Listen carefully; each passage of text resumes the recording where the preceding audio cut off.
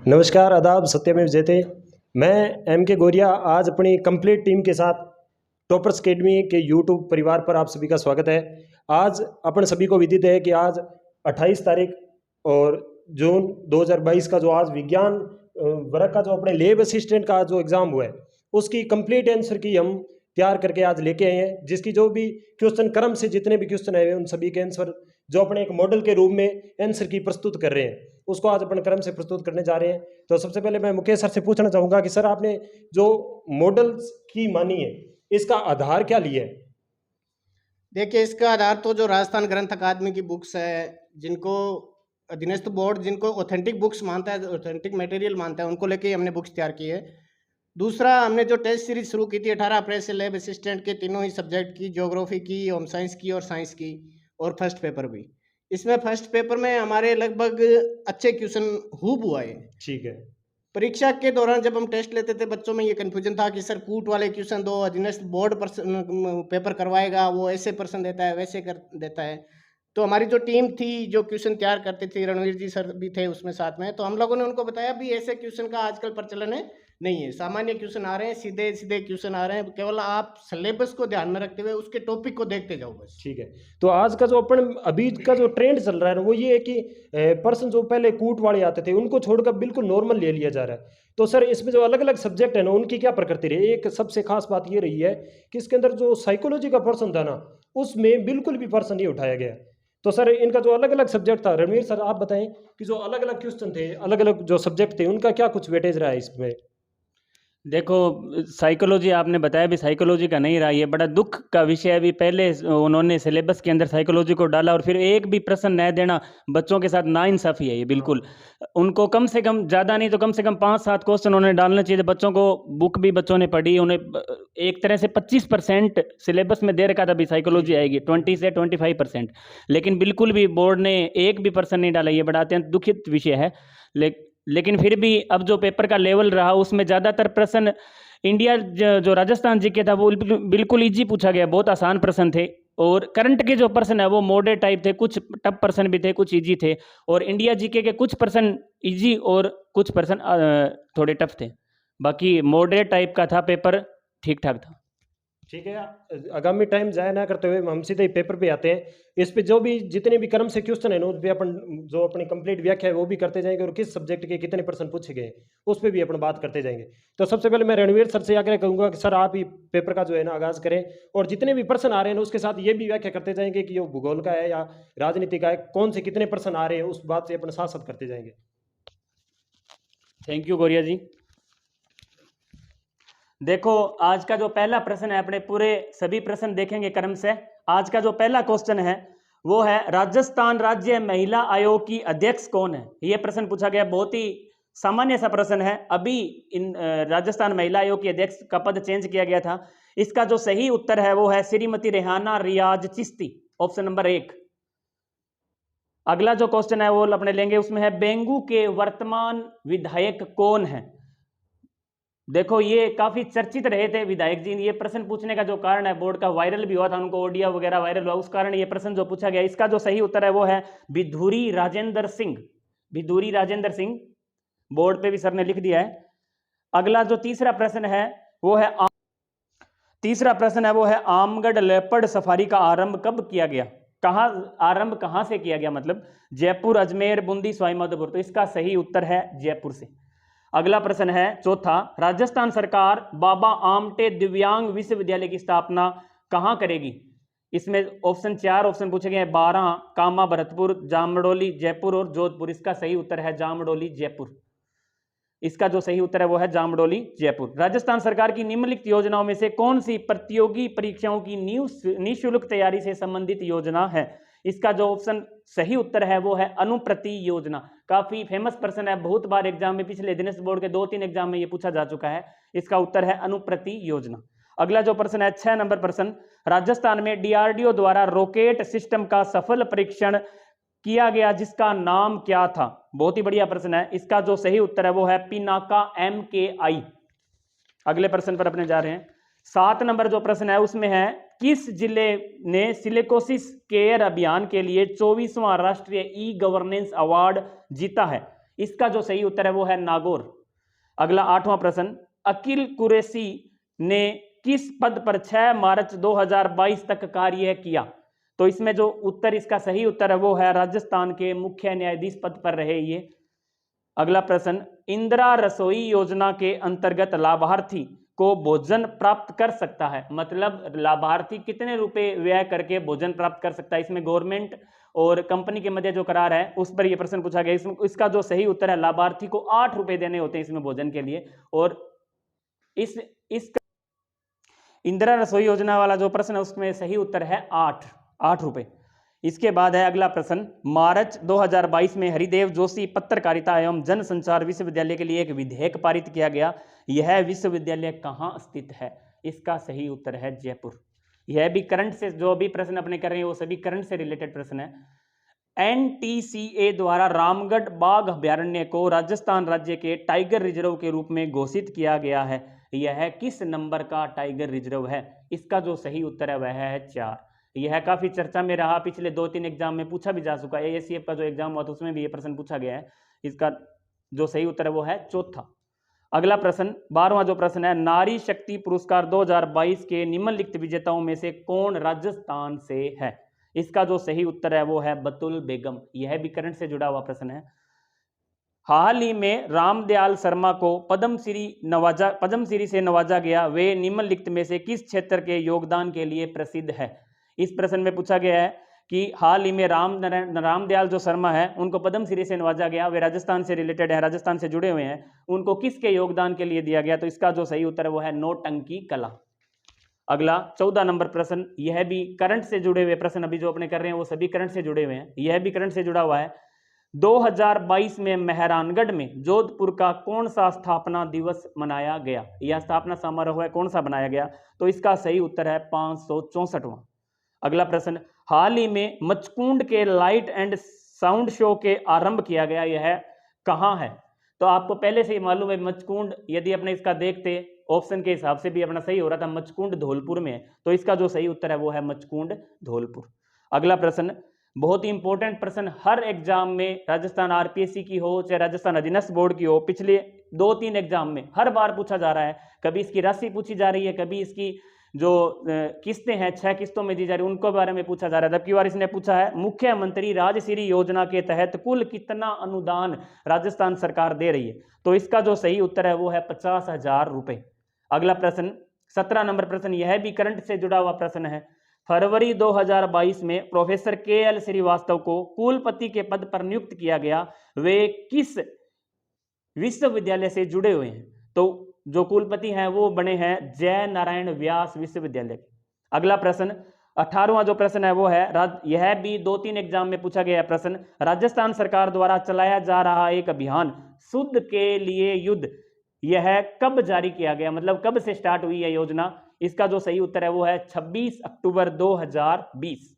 अगला जो प्रश्न बहुत ही इंपॉर्टेंट प्रश्न है, यह प्रश्न भी बहुत पिछले 2-3 एग्जाम में लगातार पूछा जा रहा है और राजस्थान सरकार की सबसे बड़ी योजना है ये। इसका जो सही उत्तर है वो है मुख्यमंत्री चिरंजीवी स्वास्थ्य बीमा योजना को कब आरंभ किया गया?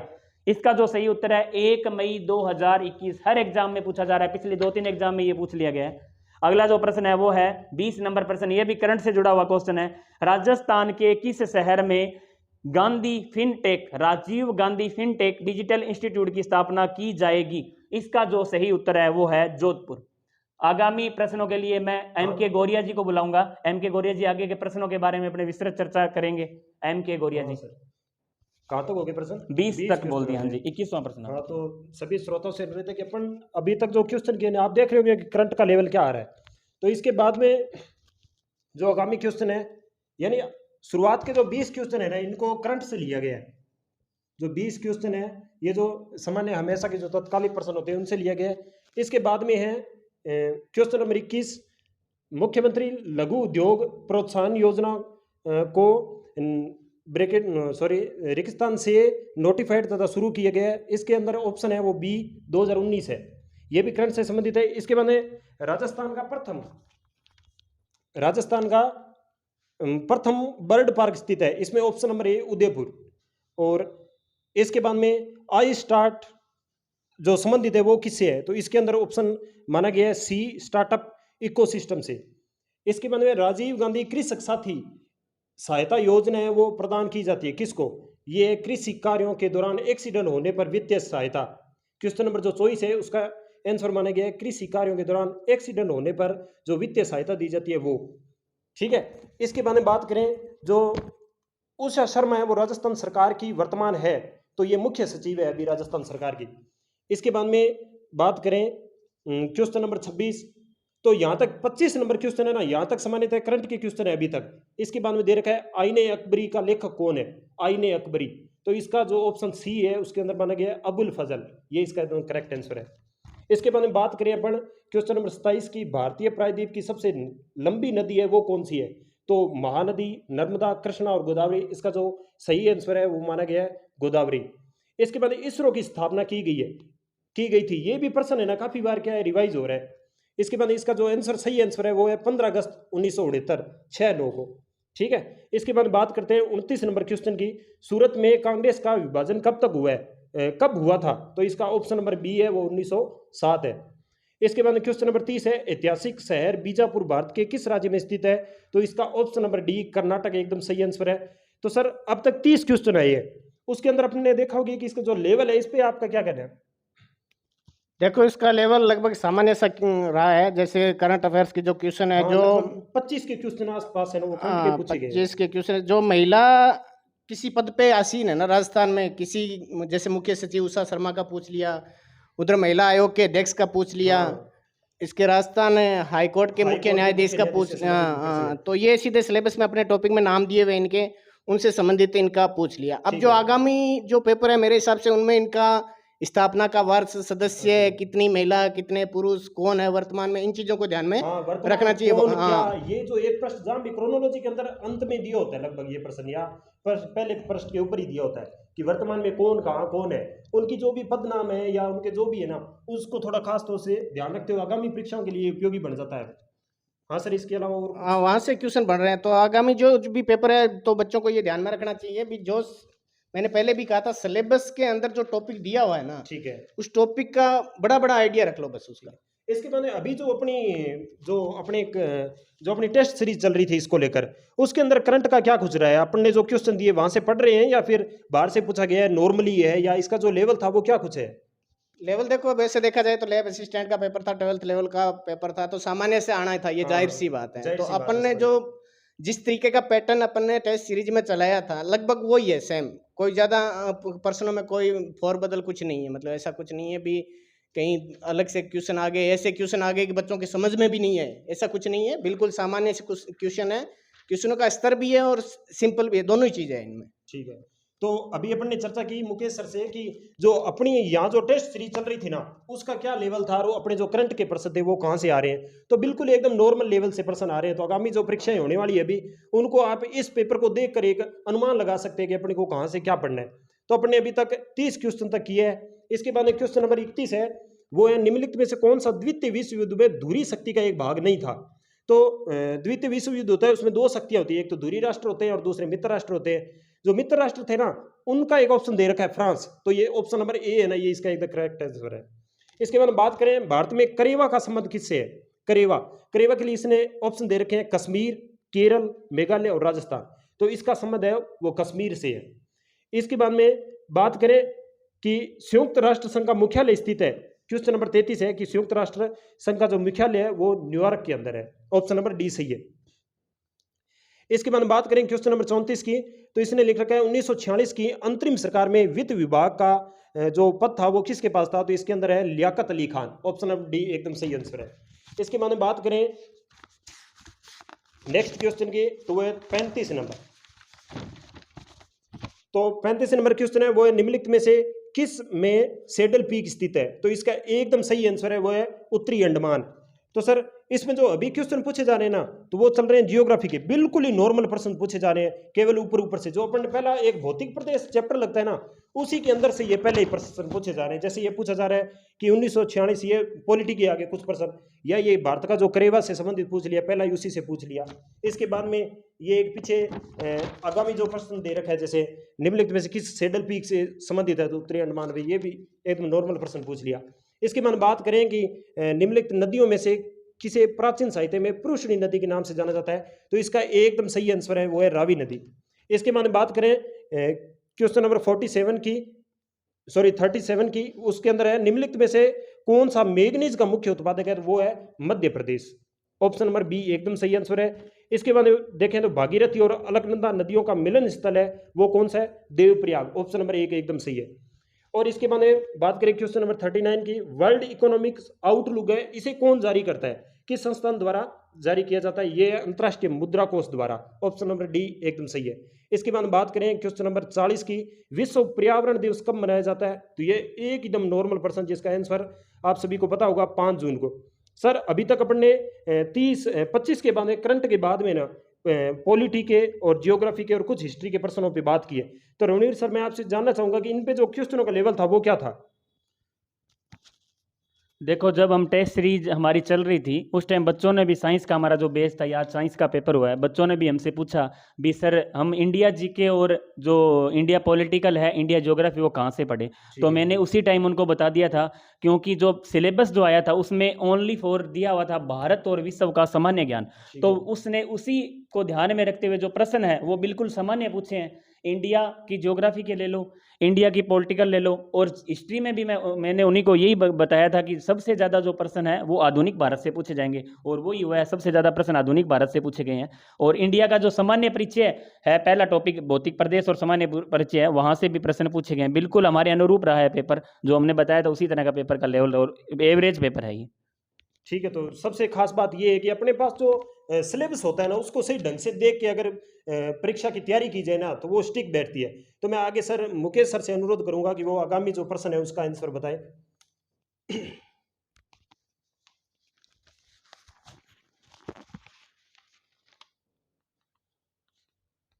अगला जो 41 नंबर क्वेश्चन है, वो दोहा निम्नलिखित में से किस देश की राजधानी है, तो इसका आंसर होगा बी कतर। थॉमस कप निम्नलिखित में से किस खेल से संबंधित है, क्वेश्चन नंबर 42, जिसका आंसर रहेगा बैडमिंटन। नेक्स्ट क्वेश्चन है, निम्नलिखित में से कौन सी पुस्तक मुंशी प्रेमचंद द्वारा नहीं लिखी गई है, नहीं लिखी गई है, तो इसका आंसर रह जाएगा अपना गाइड। अगला क्वेश्चन है, one life is not enough पुस्तक के लेखक कौन है, जिसका आंसर, सही आंसर है नटवर सिंह है। नेक्स्ट क्वेश्चन 45 नंबर, एक समुद्री मील बराबर किमी पूछा है, तो एक समुद्री मील में 1.852 किलोमीटर होता है। अगला क्वेश्चन, 19 मार्च को यूएस ने इराक पर कूटनाम ऑपरेशन इराकी फ्रीडम से आक्रमण किया, तो इसका ईयर पूछा है 19 मार्च 2003, इसका आंसर हो जाएगा। नेक्स्ट क्वेश्चन है, निम्नलिखित संतों में से कौन महाराष्ट्र क्षेत्र में सक्रिय थे, तो महाराष्ट्र क्षेत्र में सक्रिय थे, जिसका आंसर हो जाएगा एकनाथ। अट्टाकामा मरुस्थल महाद्वीप में स्थित है, किस महाद्वीप में स्थित है ये पूछा गया है, तो दक्षिणी अमेरिका महाद्वीप में अट्टाकामा मरुस्थल स्थित है। नेक्स्ट क्वेश्चन है, तुगरिक की मुद्रा है, तुगरिक किस देश की मुद्रा है, तो तुगरिक मंगोलिया की मुद्रा है, मंगोलिया इसका आंसर हो जाएगा। नेक्स्ट क्वेश्चन है, राष्ट्रीय ग्रामीण विकास और पंचायती राज संस्थान का मुख्यालय निम्न में से किस स्थान पर स्थित है। अब गौर करने वाली क्वेश्चन है, बहुत स्तरीय क्वेश्चन है ये। राष्ट्रीय ग्रामीण विकास और पंचायती राज संस्थान का पूछा है। अपने पंचायती राज जो कार्यक्रम था वो आंध्र प्रदेश से शुरू हुआ था, तो वहां की राजधानी का इसने पूछ लिया, हैदराबाद का। अब नेक्स्ट जो पेपर आएगा वो अपने राजस्थान से संबंधित पूछ सकते हैं, इसके बारे में कहाँ से शुरू हुआ, कब शुरू हुआ, कौन प्रधानमंत्री थे, किस गांव से शुरू हुआ था, तो इस चीज को विशेष तौर से ध्यान में रखना है ना। इसमें देखो जयपुर भी आंसर दिया हुआ है, तो यहाँ राष्ट्रीय, इस चीज को गौर से पढ़ना एकदम। नेक्स्ट है 51 नंबर क्वेश्चन, मेजा बांध नदी पर स्थित है, तो मेजा बांध कौन सी नदी पर स्थित है, कोठारी नदी पे। नेक्स्ट क्वेश्चन है, राजस्थान का कौन सा शहर बावड़ियों का शहर भी कहा जाता है, तो इसका सही आंसर हो जाएगा बूंदी। नेक्स्ट क्वेश्चन, कोपेन वर्गीकरण का निम्नलिखित में से कौन सा कोड झालावाड़ जिले की जलवायु को निरूपित करता है, जिसका सही आंसर हो जाएगा AW। अगला क्वेश्चन, राजस्थान में नर्मदा नहर की लंबाई 74 किलोमीटर। नेक्स्ट क्वेश्चन, मोरिजा बानोला खनन क्षेत्र निम्नलिखित में से किस खनिज के लिए प्रसिद्ध है? तो किस खनिज के लिए प्रसिद्ध है? ये लोहा के लिए प्रसिद्ध है। नेक्स्ट क्वेश्चन, निम्नलिखित में से कौन सा प्रक्रम राजस्थान में रेगिस्तानीकरण का प्रमुख कारण है? तो इसका आंसर हो जाएगा वायु अपरदन। अगला प्रश्न है, 56 मैदान का संबंध निम्नलिखित में से किस नदी से है? तो किस नदी से संबंधित है? ये माही नदी से। नेक्स्ट क्वेश्चन है, राजस्थान राज्य का सबसे छोटा कृषि जलवायु क्षेत्र? तो सबसे छोटा कृषि जलवायु क्षेत्र, इसका आंसर हो जाएगा आर्द्र दक्षिणी मैदान। अगला क्वेश्चन है, राजस्थान में लूनी जवाई बेसिन को अन्य किस नाम से जाना जाता है? तो इसका सही आंसर हो जाएगा गोडवार प्रदेश। माही सुगंधा किस फसल की किस्म है? अब ये क्वेश्चन आता ही आता है और माही सुगंधा के नाम से आता है। अब आगे माही कंचन और माही धवल का ध्यान में रख लेना भी, ये किसकी किस्म है? तो ये मक्का की किस्म है, माही कंचन और माही धवल। जबकि इस क्वेश्चन का आंसर हो जाएगा चावल। माही सुगंधा किस फसल की किस्म है? चावल की। राजस्थान राज्य पथ परिवहन निगम की स्थापना वर्ष में की गई थी? कब की गई थी इसकी स्थापना? 1964 में। अगला 62 नंबर क्वेश्चन है, नाग पहाड़ राजस्थान के किस जिले में स्थित है? तो ये नाग पहाड़ है जो राजस्थान के अजमेर जिले में स्थित है। नेक्स्ट के क्वेश्चन गौरिया जी करवाएंगे। क्वेश्चन नंबर 63, निम्न में से कौन सी पर्यावरणीय समस्या है वो रेंगती मृत्यु कहलाती है? तो इसमें ऑप्शन नंबर दे रखा है बी, मृदा प्रदन। इसके बाद में क्वेश्चन नंबर 64, थार्नवेट के वर्गीकरण के अनुसार निम्नलिखित में से जलवायु वर्ग में जैसलमेर अवस्थित है? तो इसका ऑप्शन नंबर बी, EA-D, ये एकदम सही है। इसके बाद क्वेश्चन नंबर 65, वर्षा जल संग्रहण करने वाले रानीसर टांका कहाँ स्थित है? एक जो अपने अभी जो परंपरागत जो वर्षा जल संग्रहण की पद्धतियां थी उससे एक प्रश्न पूछ लिया कि रानीसर टांका है, ये कहाँ पर स्थित है? ये जोधपुर, इसका ऑप्शन एकदम सही है। इसके बाद कपूरडी खनन क्षेत्र है वो राजस्थान के निम्नलिखित में से किस जिले में स्थित है? ये तो जो कपूरडी है ये बाड़मेर जिले में स्थित है। और इसके बाद क्वेश्चन नंबर 67, वो ये है कि राजस्थान में निम्न में से कौन सी सिंचाई स्रोत है वो कुल सिंचित क्षेत्र में सर्वाधिक योगदान रखता है? तो इसका ऑप्शन नंबर जो डी दे रखा है, कुएं एवं नलकूप, ये सर्वाधिक क्षेत्र रखता है, जिसका सर्वाधिक क्षेत्र जयपुर के अंदर आता है। इसके अंदर बात करें बाद में 68 के अंदर, वह मालपुरा की एक नस्ल है। तो मालपुरा किसकी नस्ल है? ऑप्शन नंबर ए दे रखा है भैंस, बी दे रखा है गाय, सी दे रखा है भेड़ और 4 दे रखा है बकरी। तो इसके अंदर जो सी नंबर ऑप्शन है भैंस, ये इसका एकदम सही आंसर है। इसके बाद बात करें क्वेश्चन नंबर 69 की, वो है निम्नलिखित फसलों में से किसे प्रादेशिक भाषा में नरमा कहा जाता है? बिल्कुल ही नॉर्मल प्रश्न पूछ लिया। इसमें ऑप्शन नंबर ए दे रखा है दालें, दूसरा दे रखा है सरसों, तीसरा दे रखा है कपास और चौथा दे रखा है धान। तो आप सब जानते ही हैं जिसका आंसर है कपास। इसके बाद बात करें 70 नंबर क्वेश्चन की, जिसमें जैसलमेर जिले में पालीवाल ब्राह्मणों द्वारा शुरू की गई परंपरागत जल संरक्षण की विधि है। बिल्कुल ही नॉर्मल प्रश्न पूछ लिया। ऑप्शन नंबर ए कुंडी दे रखा है, बी टांका दे रखा है, सी खड़ीन दे रखा है और डी दे रखा है जोड़, जिसका ऑप्शन सी एकदम सही है, खड़ीन। इसके बाद बात करें 71 नंबर क्वेश्चन की कि जो गुरु शिखर है निम्न में से किस पर्वत श्रृंखला का उच्चतम शिखर है? तो इसका नंबर ऑप्शन ए है, वो बिल्कुल ही सही है, अरावली। तो इसके बाद में राजस्थान में किस भाग में हाड़ौती पठार स्थित है? वो है दक्षिणी पूर्व। ऑप्शन नंबर ए एकदम सही है। इसके बाद बात करें क्वेश्चन नंबर 73 की, निम्नलिखित में से कौन सा राजस्थान का राज्य वृक्ष है? तो अपने जो राज्य प्रतीक है उनमें से भी एक प्रश्न पूछ लिया, जो है खेजड़ी। इसके बाद बात करें क्वेश्चन नंबर 74 की, निम्नलिखित में से कौन सा जिला भोराट पठारी प्रदेश में स्थित है? तो इसके लिए ऑप्शन हो जाएगा सी, उदयपुर के अंदर। इसके बाद क्वेश्चन नंबर बात करें 75 की, तो वो है राजस्थान के निम्नलिखित में से किस जिले में काजरी का मुख्यालय अवस्थित है? तो ऑप्शन नंबर बी दे रखा है जोधपुर। काजरी और आफरी दोनों ही कहाँ है? जोधपुर। तो इससे संबंध जो नेक्स्ट क्वेश्चन हो सकता है ना आगामी एग्जाम में, वो इससे संबंधित आ सकता है, आफरी से संबंधित। ठीक है। इसके बाद बात करें 76, तो मैं रणवीर सर से निवेदन करूंगा कि आगामी प्रश्न है उनके आंसर बताएं। धन्यवाद गौरिया जी। आगामी जो प्रश्न है वो है 76, निम्न में से कौन सा युग्म सही सुमेलित नहीं है? इसमें 4 युग्म दे रखे हैं, इनमें से कौन सा सुमेलित नहीं है? मीराबाई का मंदिर है, ये है चित्तौड़गढ़, कपिल मुनि बीकानेर, जगदीश मंदिर उदयपुर, ये तीनों सही है। द्वारकाधीश मंदिर है जो कि जयपुर में नहीं है, इसका सही उत्तर है द्वारकाधीश मंदिर जयपुर।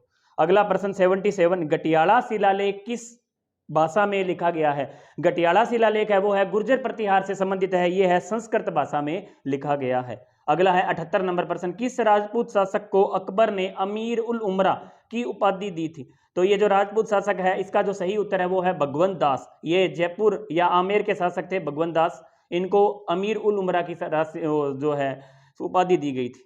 अगला जो प्रश्न है 79, निम्न में से कौन सी जगह 1857 की क्रांति से संबंधित नहीं है? देवली, नीमच, जैसलमेर। जो इसका सही उत्तर है वो है जैसलमेर 1857 की क्रांति से संबंधित नहीं है। अगला प्रश्न है, मारवाड़ सेवा संघ की स्थापना 1920 में की थी। इसका जो सही उत्तर है वो है जय नारायण व्यास। मारवाड़ सेवा संघ, मारवाड़ प्रजामंडल आंदोलन से संबंधित ये प्रश्न पूछा गया है। उस टाइम 1920 में जय नारायण व्यास ने इसकी स्थापना की थी। अगला प्रश्न है 81, कांग्रेस के नमक सत्याग्रह 1930 के दौरान जो डांडी मार्च था उस समय 6 महीने तक कारावास का भुगतान इन्हें करना पड़ा। मतलब राजस्थान की कौन सी महिला नमक सत्याग्रह से जुड़ी हुई है? इसका सही उत्तर है अंजनी देवी चौधरी। अगला प्रश्न है, राजस्थान का कौन सा पूर्व राजवंश शैव संप्रदाय का निर्वहन करता था, अर्थात शैव संप्रदाय से संबंधित था? वो था गुहिल। मेवाड़ का जो गुहिल राजवंश है वो इससे संबंधित था। अगला प्रश्न है 83, निम्न में से कौन सी पुस्तक चौहानों के इतिहास के बारे में जानकारी का स्रोत नहीं है? इसमें 4 ऑप्शन दे रखे हैं, देखो, सुरजन चरित्र, हमीर महाकाव्य, पृथ्वीराज विजय। ये तीनों जो पुस्तकें हैं ये संबंधित चौहानों से संबंधित है। हर्ष चरित्र इसका सही उत्तर होगा, यह चौहान से संबंधित नहीं है। अगला प्रश्न है 84 नंबर प्रश्न, राजस्थान में मेवाड़ प्रजामंडल की स्थापना किसके द्वारा की गई? राजस्थान में मेवाड़ प्रजामंडल की जो स्थापना है वो माणिक्य लाल वर्मा द्वारा 24 अप्रैल 1938 को की गई थी। अगला प्रश्न है 85 नंबर प्रश्न, रियासतों के विलय के समय जोधपुर राज्य का महाराजा कौन था? मतलब रियासतों का जो विलय हुआ था उस समय जोधपुर से संबंधित जो महाराणा थे वो कौन थे? वो थे हनुमंत सिंह। अगला प्रश्न 86, 1923 में ब्यावर से राजस्थान नामक साप्ताहिक पत्र किसने प्रारंभ किया? इसका जो सही उत्तर है वो है ऋषि दत्त मेहता। अगला प्रश्न 87 नंबर जो प्रश्न है वो है, निम्न में से कौन सा किला सूकड़ी नदी के दाहिने किनारे पर बसा हुआ है या बना हुआ है? इसका जो सही उत्तर होगा वो होगा जालोर का किला। इसमें थोड़ा सा कंफ्यूजन है, जालोर और सिवाना, बाकी 2 ऑप्शन मैच नहीं खा रहे हैं। 2 ऑप्शनों में थोड़ा कंफ्यूजन था, तो इसका जो सही उत्तर है वो होगा जालोर का। सिवाना का किला इसका उत्तर सही नहीं है। अगला प्रश्न, निम्न में से किस स्थल से अग्नि वेदिकाएं मिली है? बहुत इंपॉर्टेंट प्रश्न है, बहुत बार पूछा गया है, आरपीएससी का फेवरेट प्रश्न है, दिनेश बोर्ड ने भी इसको 2-3 बार पूछ लिया है। इसका जो सही उत्तर है वो है कालीबंगा। कालीबंगा से 7 अग्नि वेदिकाएं मिली थी। अगला जो प्रश्न है वो है 89 प्रश्न, 89 नंबर, उसमें है, निम्नलिखित में से किस सभ्यता में मकान व बस्तियों का निर्माण ईंटों का प्रयोग नहीं हुआ? अर्थात वहां के जो मकान है वो ईंटों से निर्मित नहीं है। तो इसका जो सही उत्तर है वो है गणेश्वर। गणेश्वर के जो मकान थे वो पत्थरों से निर्मित थे, बाकी सब जगह ईंटों का प्रयोग हुआ है। इसके बाद है 90 नंबर प्रश्न, इसका जो 90 नंबर प्रश्न सुमेलित का जो प्रश्न है इसमें उन्होंने एक तरफ तो शासकों का वर्ग दे रखा है, एक तरफ रियासत दे रखी है, मारवाड़, मेवाड़, आमेर, बूंदी। इसका जो सही उत्तर है वो है ए का 2 नंबर होगा, बी का 1 नंबर, सी का 4 और डी का 3 नंबर, अर्थात इसका जो सही उत्तर है वो है बी ऑप्शन। अगला प्रश्न, सर वी टी कृष्णाचारी किस राज्य के दीवान थे? बहुत इंपॉर्टेंट प्रश्न, कई बार पूछा गया राजस्थान का एकीकरण से संबंधित, तो ये है जयपुर के दीवान थे। अगला प्रश्न 92 नंबर जो प्रश्न है, निम्न में से कौन सा संगठन केसरी सिंह बारठ ने स्थापित किया था? यह भी कई बार पूछा जा चुका है ये प्रश्न। इसका जो सही उत्तर है वो है वीर भारत सभा। वीर भारत सभा इसका सही उत्तर होगा वो है सी, वीर भारत सभा। वीर भारत सभा की स्थापना केसरी सिंह बारठ ने की थी। अगला जो प्रश्न है वो है, निम्नलिखित में से कौन सा कोटा में 1857 के विद्रोह के नेता थे? अर्थात कोटा से जुड़े हुए जो शासक थे वो कौन थे? वो थे मेहराब खान। मेहराब खान कोटा से जुड़े हुए थे। इसके बाद है 94 नंबर क्वेश्चन, इसका जो सही उत्तर है, राजस्थान में गौरबंद किस पशु का विशिष्ट श्रृंगार है? वो है ऊंट। इसका जो सही उत्तर है, ये तो भी सामान्य सा प्रश्न है, सभी को आ रहा था, ऊंट इसका सही उत्तर होगा। अगला प्रश्न है, यह भी बहुत बार पूछा जा चुका है, निरंजनी संप्रदाय के संस्थापक कौन है? तो इसका सही उत्तर है वो है हरिदास। कई बार ज्यादातर जो है इसमें प्रश्न जो पूछा जा रहा है वो यही पूछा गया है, निरंजनी संप्रदाय के संस्थापक कौन है? जो इसका सही उत्तर होगा हरिदास। अगला प्रश्न 96 नंबर जो प्रश्न है वो है, 1835 में अंग्रेजों ने जोधपुर लीजन का गठन किया था, उसका केंद्र क्या था? इसका जो केंद्र था वो था एरनपुरा। 97 नंबर जो क्वेश्चन है वो है, नौगरी आभूषण शरीर के किस अंग में पहना जाता है? इसका जो सही उत्तर है वो है हाथ। यह भी काफी बार रिपीट हो चुका है प्रश्न। राजस्थान में लच्छी राम द्वारा किस ख्याल का प्रवर्तन किया गया? इसका जो सही उत्तर है वो है कुचामणी ख्याल, अर्थात ये अलवर भरतपुर पूर्वी राजस्थान से जुड़ा हुआ है। इसका जो अगला प्रश्न है वो है 99 नंबर प्रश्न, हमीर रासो के अनुसार रणथंभौर के किले का प्रारंभिक नाम क्या था? इसका जो सही उत्तर है वो है रणहस्तंभपुर, रणहस्तंभपुर, 1 नंबर ऑप्शन। अगला प्रश्न है 100 नंबर प्रश्न, 1564 में चंद्रसेन के कौन से भाई ने अकबर के दरबार में उपस्थित होकर चंद्रसेन के विरुद्ध सहायता मांगी थी? इसका जो सही उत्तर है वो है राम सिंह। ये जो आज के 100 प्रश्न थे, लेब साइंस का जो पहला पेपर था उसको हमने कंप्लीट आंसर की आपको बताई है और कोशिश भी की है, लगभग पूरी आंसर की ऑथेंटिक बुक से आपको बताने का प्रयास किया है। आगे एम के गौरिया जी आपको कुछ बताएंगे। लो थैंक यू सर।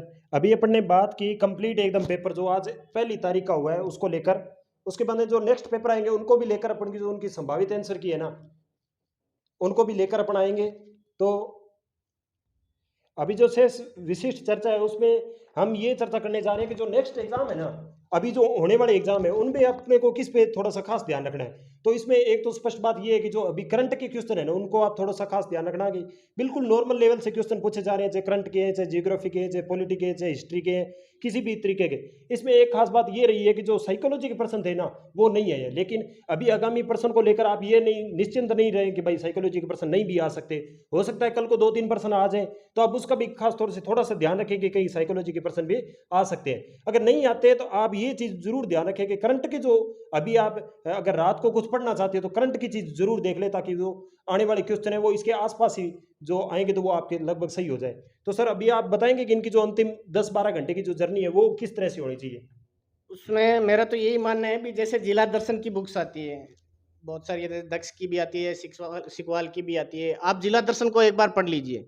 उनमें जो बड़ा बड़ा व्यू दिया होता है जिले में कौन क्या है, कैसे है, कहाँ है, उसका सारा का सारा मैटर वहाँ से हो जाएगा। बात रही करंट अफेयर्स की, तो करंट अफेयर्स के लिए आप क्रोनोलॉजी के अगर आपने नोट्स बना रखे हैं पीछे के तो भी ठीक है, नहीं किसी ऑनलाइन क्लासेज वाले जो 2-4 घंटे में रिपीट करवाते हैं पूरे पिछले 6 महीने के करंट अफेयर्स के क्वेश्चन, आप उनको देख लीजिएगा। और ये एक अच्छी बात कही है सर ने कि जो अभी ऑनलाइन यूट्यूब पे जो क्लासें दे रहे हैं ना, कई बार बहुत सारी ऐसी क्लासें आ रही है अभी जो 3-4 घंटे के अंदर कंप्लीटली पीछे 6 महीने का जो एक रिव्यू दे रहे हैं करंट का, वो एक अच्छी बात है, अच्छा कारगर जो है ना कैप्सूल हो सकता है अब इस टाइम का। क्यों सर आप इस बात से वाकिफ हैं? जी जी बिल्कुल, मुकेश जी ने सही बताया। अभी अपने को अंतिम समय में जो है ओनली करंट ही पढ़ना है, ज़्यादा अपने रिवीजन नहीं कर पाएंगे, बड़ा सिलेबस है। तो आज रात के जो 10-12 घंटे बचे हुए हैं कल के पेपर में, तो उस टाइम में आप क्रोनोलॉजी या फिर यूट्यूब से कोई भी ऑनलाइन जो करंट अफेयर के वीडियो डाल रहे हैं वो वीडियो आप देख सकते हैं। ऐसे नहीं अभी अपने पूरा सिलेबस पढ़ने बैठ जाए, वो पूरा सिलेबस अब अपने से कवर नहीं होगा, ओनली आप करंट जी के इससे पढ़ सकते हैं। और बाकी जो नॉर्मल प्रश्न पूछे जा रहे हैं सभी, चाहे वो जियोग्राफी के, पॉलिटी के, किसी की भी है, वो भी एक इन्होंने अच्छी बात बताई है कि जो जिला दर्शन जो कोई भी बुक है चाहे गाइड है उसके अंदर पहले प्रश्नों के अंदर ही वो सारी चीज दी जाती है और वहीं से लगभग सारी चीजें पूछी जा रही है। जैसे कोई भी किला है, कोई भी नदी है, उनसे संबंधित लगभग जो क्वेश्चन है वो इसमें आ रहे हैं। तो इसके अतिरिक्त जो भी इससे संबंधित आगामी जो वीडियो होगा उसको भी लेकर अपन आएंगे। तो मिलते हैं नेक्स्ट वीडियो में, तब तक के लिए जय हिंद, नमस्कार, आदाब, सत्यमेव जयते।